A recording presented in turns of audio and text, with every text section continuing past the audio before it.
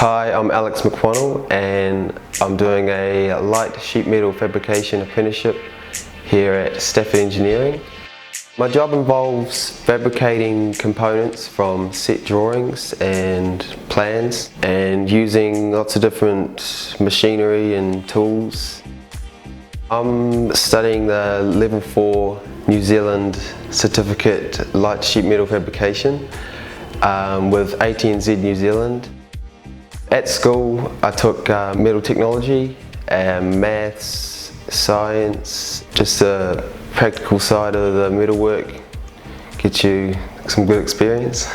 At work there's an expectation to perform and produce the end product, and it's a lot more satisfying. At school you're probably more focused on your personal achievements and goals.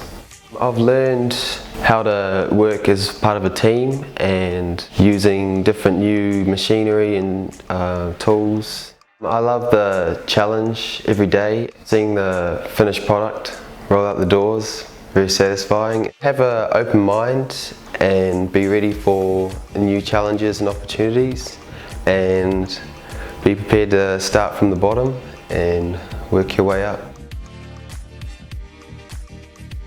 My top career tip would be to follow your passions and find what you're good at and go from there.